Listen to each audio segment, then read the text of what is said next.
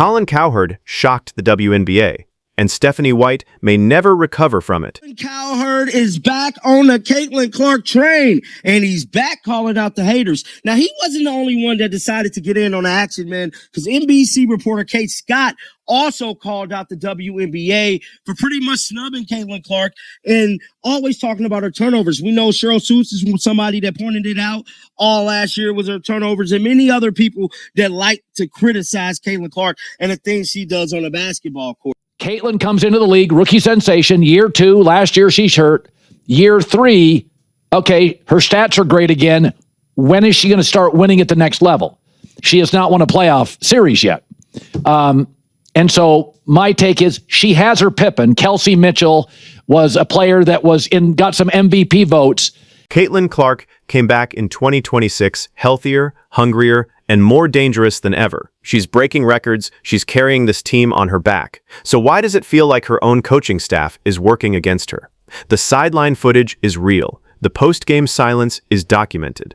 And now the whole world is watching Indiana run out of time to get this right. Clark for a second. So, I'm not locked in on WNBA yet, right? And I see your guy, Strauss, what's his face? Strauss, you know the guy. Ethan Strauss. Ethan Strauss. He put out a big article about Caitlin Clark's struggles, and I started looking online like an idiot, right? If you get diagnosed with something, you don't Google it because it's all negative stuff. I start looking up Caitlin Clark, and all these people are saying she's washed, she was overrated, she leads the league in turnovers, okay? She's shooting 3 for 16. It's a 2-game sample size. Colin Cowherd has never been accused of soft takes, but when he went on the herd and openly declared that Caitlin Clark needed a different coaching situation, he wasn't just expressing an opinion, he was pulling a pin on a grenade that millions of fans had already been holding for weeks. His argument cut through the noise because it bypassed the usual talking points. So Caitlin Clark, 3rd season in the WNBA, has already set the record. She had another game in which she had at least 20 points and 10 assists. And I have been saying when she broke into the league, people said her comp is Steph Curry. Now, I think stylistically, the way she plays her game has got some Steph Curry. I think, though, in terms of an iconic player, she's more Michael Jordan. He wasn't calling Stephanie White incompetent. He wasn't suggesting she lacked basketball knowledge or didn't understand the game at a technical level. His argument was surgical and specific. Generational players require generational adaptability from the organizations around them. And historically, the franchises that hesitated to make that adjustment paid for it dearly. I just want to tell you that Caitlin Clark last night had 19 assists in a game to set a league record. She's a rookie on a bad team. She's arguably the best playmaker in the league, arguably the second best three-point shooter in the league. I don't know. They seem valuable Olympic competition. And she's not on the team. But yesterday, they also announced the skills competition for the WNBA All-Star team. And she didn't make that either. So you argued she wasn't good for the Olympics. Your argument, though I don't buy it, but it was your argument, women's basketball, that she would be a distraction. The Cowherd rant also gave a national platform to something fans had been building for weeks across YouTube channels, X threads, and comment sections. The growing belief that the Fever offense was actively designed in a way that reduced Clark's impact rather than amplifying it.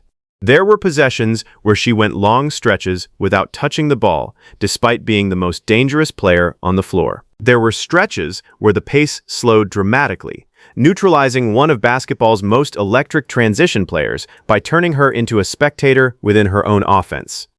There were moments where Clark was pulled from games early, despite being in the middle of dominant stretches, including one instance where she had just made multiple three-pointers in the first quarter and was removed within the first 4 minutes. I just came across some more clips of Caitlin Clark and the coaching staff arguing with each other, but not just like a disagreement, but like high-level anger and animosity towards each other. And it happened on multiple occasions in the past game between the Fever and the Seattle Storm. So we've got to talk about this and set things straight. I want you to look at this first clip. It's Caitlin Clark on the bench talking to Brianne January, but it's not your regular conversation between a coach and a player. Caitlin Clark is obviously upset, and she kind of just goes off. NBC reporter Kate Scott also joined the chorus, calling out the WNBA for what she characterized as a consistent pattern of undervaluing and snubbing Clark at every institutional opportunity.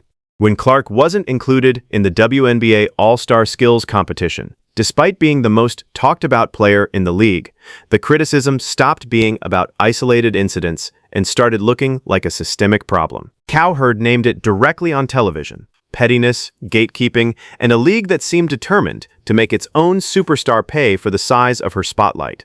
The debate exploded. It was no longer just a fan discussion. It was a national sports story. Strip away the social media noise. Remove the conspiracy theories. Set aside the most extreme takes from commentators who have decided they already know the ending. What you're left with is a genuinely complicated situation that reveals something important about the collision between traditional coaching culture and a new era of superstar-driven basketball. Stephanie White is not a bad coach by any established measure. She is experienced, respected within the league, and clearly understands basketball at a high level. Even her most vocal critics acknowledge that. But the debate surrounding her fit with Clark has never really been about coaching credentials. What the hell is going on?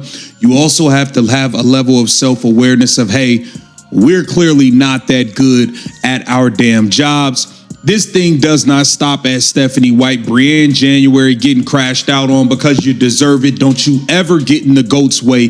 You're talking crazy. Y'all grabbing a girl when she's celebrating last season, grabbing Caitlin Clark. Who the hell y'all think y'all is? Y'all came to her team. She didn't go over there to Connecticut where the hell y'all, you know what? Don't worry about it. It has been about philosophy, specifically whether a system built around structure, balance, and controlled possessions can coexist with a player whose greatest asset is chaos, pace, unpredictability, and the kind of deep-range shooting that forces defenses to break from 30 feet away. Modern basketball history has a clear answer to that question. The teams that surrendered full control to elite offensive engines: Golden State with Curry, Chicago with Jordan, the current era of point guard-led offenses across every professional level, consistently outperformed the teams that tried to contain their most dangerous weapons within traditional frameworks. Clark does not need to be managed. She needs to be unleashed. That's like the most unfortunate aspect of Caitlin Clark's game. That the part that truly makes her special, which is actually her passing, not her shooting, and her vision and her ability to create for others. It doesn't, plus minus doesn't really hit. Because again, you need the players around you to be able to hit. So it's just like, her stats are always going to be somewhat misleading. Again, perfect example. Last game, 20 potential assists. 20 potential assists. And it's just like, if the women around her were actually on and could make layups and stuff, we'd have been like Caitlin Clark. The sideline arguments are on video. The post-game snubs are documented. The injury report controversy is a matter of public record. And Colin Cowherd put it all into words on national television, while millions nodded along at home. This isn't a rumor. This isn't a media invention. Something real is happening inside the Indiana Fever, and the outcome of it will shape one of the most important careers women's basketball has ever witnessed. If you want to stay ahead of every twist in this story as the 2026 WNBA season unfolds, hit subscribe right now. Every major development, every press conference moment, every viral clip, we cover it all before it trends. Drop your take in the comments. Is Stephanie White the problem, or is the pressure just too big for anyone to handle?